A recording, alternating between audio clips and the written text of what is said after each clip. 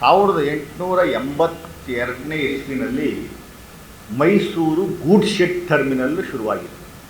1882 ಮೈಸೂರಿನಲ್ಲಿರುವ railway station ಹತ್ರ ಇರುವಂಥ ಗೂಡ್ shed, ಅದನ್ನು ಈಗ MNGT ಅಂತ ಕರೀತಾರೆ. MNGT ಅಂದರೆ ಮೈಸೂರು ನ್ಯೂ ಗೂಡ್ಸ್ ಟರ್ಮಿನಲ್ ಅಂತ. ಅದರ ಮೇಲೆ ಕಣ್ಣು ಬಿದ್ದುಬಿಡೋದೆ. ಹಾಳಾದ ಕಣ್ಣುಗಳು ಎರಡೆರಡು ಕಣ್ಣುಗಳು ಬಿದ್ದುಬಿಟ್ಟವೆ. ಒಂದು ವಿ ಸೋಮಣ್ಣನ ಕಣ್ಣು, ಇನ್ನೊಂದು ನಮ್ಮ HD ಕುಮಾರಸ್ವಾಮಿ ಸಾಹೇಬರ ಕಣ್ಣು.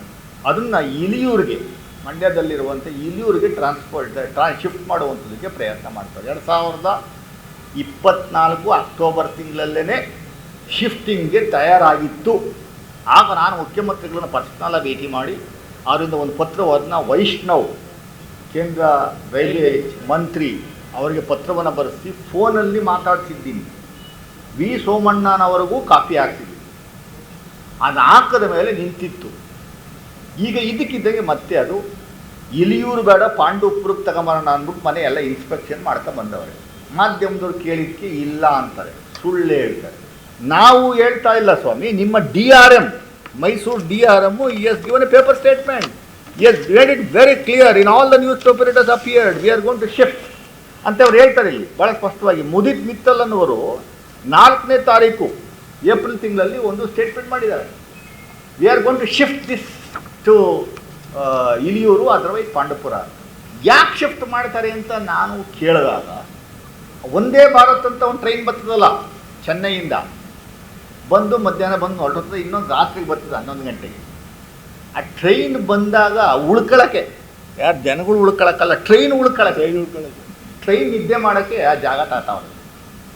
ಅಷ್ಟು 50 ಎಕರೆ ಜಾಗನ ಆ ಟ್ರೈನ್ನ ಅಲ್ಲಿ ನಿಲ್ಲಿಸ್ಬಿಟ್ಟು ಅದಕ್ಕೆ ನೆಮ್ಮದಿಯಾಗಿ ನಿದ್ದೆ ಮಾಡಿಸಿ ಬೆಳಗ್ಗೆ ಸ್ನಾನ ಮಾಡಿಸಿ, ಯಾವುದಕ್ಕೆ ಟ್ರೈನ್ಗೆ, ಆಮೇಲೆ ಬೆಳಗ್ಗೆ 5:15 ಸ್ಟೇಷನ್ಗೆ ಕರ್ಕೊಂಬರೋಕ್ಕೆ ಆ ಜಾಗನ ಉಪಯೋಗಿಸ್ಕೊಂತಾನಂತೆ. ಆಹಾ ಅಪ್ಪ ದೇವರು ಇವ್ರಿಗೆ ಎಂಥ ಬುದ್ಧಿ ಕೊಟ್ಟವನೇ ಅನ್ನುವಂಥದ್ದಕ್ಕೆ ಇರುವುದಾ. ಆ ಗೂಡ್ ಶೆಡ್ ಮೇಲೆ 10,000 ಜನ ಅವರ ಜೀವನ ಅವಲಂಬಿತರಾಗಿದ್ದಾರೆ.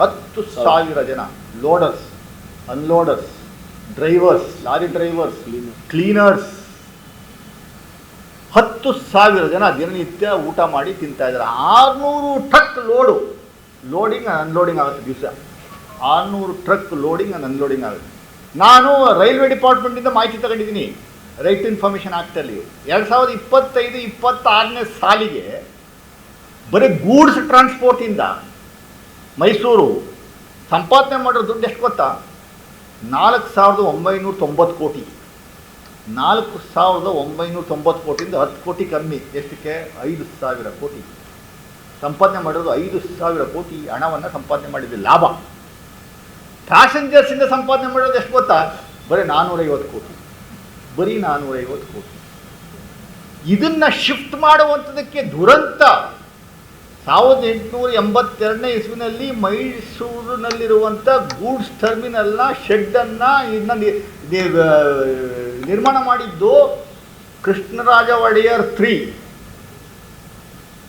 ಅವರ ದತ್ತು ಪುತ್ರ, ಈಗ ರಾಜ ಅಂತ ಆಗಿದಾರಲ್ಲ, MP ಮಾಡೋರಲ್ಲ ಈ ಜನಗಳು, ಅವರು ಅದಕ್ಕೆ ಸಪೋರ್ಟ್. ಇನ್ಸ್ಪೆಕ್ಷನ್ಗೆ ಅವರು ಹೋಗಿದ್ದು.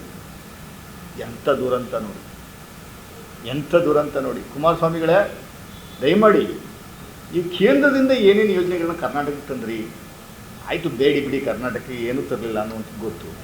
ಸುಮ್ಮನೆ ನಮ್ಮ ಮೇಲೆ ಗೂಬೆ ಕೊಡಿಸುವಂಥ ಕೆಲಸವನ್ನು ಮಾಡ್ತೀವಿ.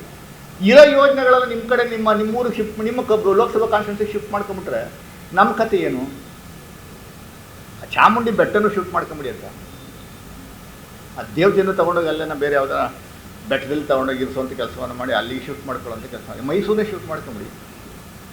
ನಾವೇನು ಮಾಡಬೇಕು? ಎಂಥ ದುರಂತ ನೋಡಿ. ಪಾಪ ಅವರೆಲ್ಲ ಓಟ್ ಹಾಕಿದ್ರು BJPಗೆ, ರಾಜರು ಅಂತ. ಅವರು ಸಪೋರ್ಟ್ ಮಾಡ್ತಾವ್ರೆ. ದುರಂತ ಇದು. ನಾನು ತನ್ವೀರ್ ಸೇಠ್ ಅವರು ಆ ಲೋಡರ್ಸ್ ಅಸೋಸಿಯೇಷನ್ ಅವ್ರ ಜೊತೆ ಒಂದು 500 ಜನ ಸೇರಿದ್ರು. ಮೊನ್ನೆ ಹೋಗಿ ಒಂದು ಮೀಟಿಂಗ್ ಮಾಡಿದ್ದೀವಿ. ಉಗ್ರವಾದ ಚಳುವಳಿಯನ್ನು ನಾವು ಪ್ರಾರಂಭ ಮಾಡ್ತೀವಿ. ಒಂದು ವಾರ ಆದಮೇಲೆ ಇಡೀ ಎಂಟೈರ್ ರೈಲ್ವೆ ಸ್ಟೇಷನ್ನೇ ಬಂದ್ ಮಾಡ್ತೀವಿ. 5,000 ಜನ ಸೇರಿ ಎಂಟೈರ್ ರೈಲ್ವೆ ಸ್ಟೇಷನ್ನೇ ಬಂದ್ ಮಾಡ್ತೀವಿ. ಅದೇನು ಮಾಡ್ತಾರೋ ಮಾಡಲಿ, ಗೋಲಿಬಾರ್ ಆದರೂ ಪರವಾಗಿಲ್ಲ. ಯಾವ ಕಾರಣಕ್ಕೂ ಈ ಗೂಡ್ಸ್ ಟರ್ಮಿನಲ್ ಶಿಫ್ಟ್ ಮಾಡುವಂಥದ್ದಕ್ಕೆ ಬಿಡಲ್ಲ.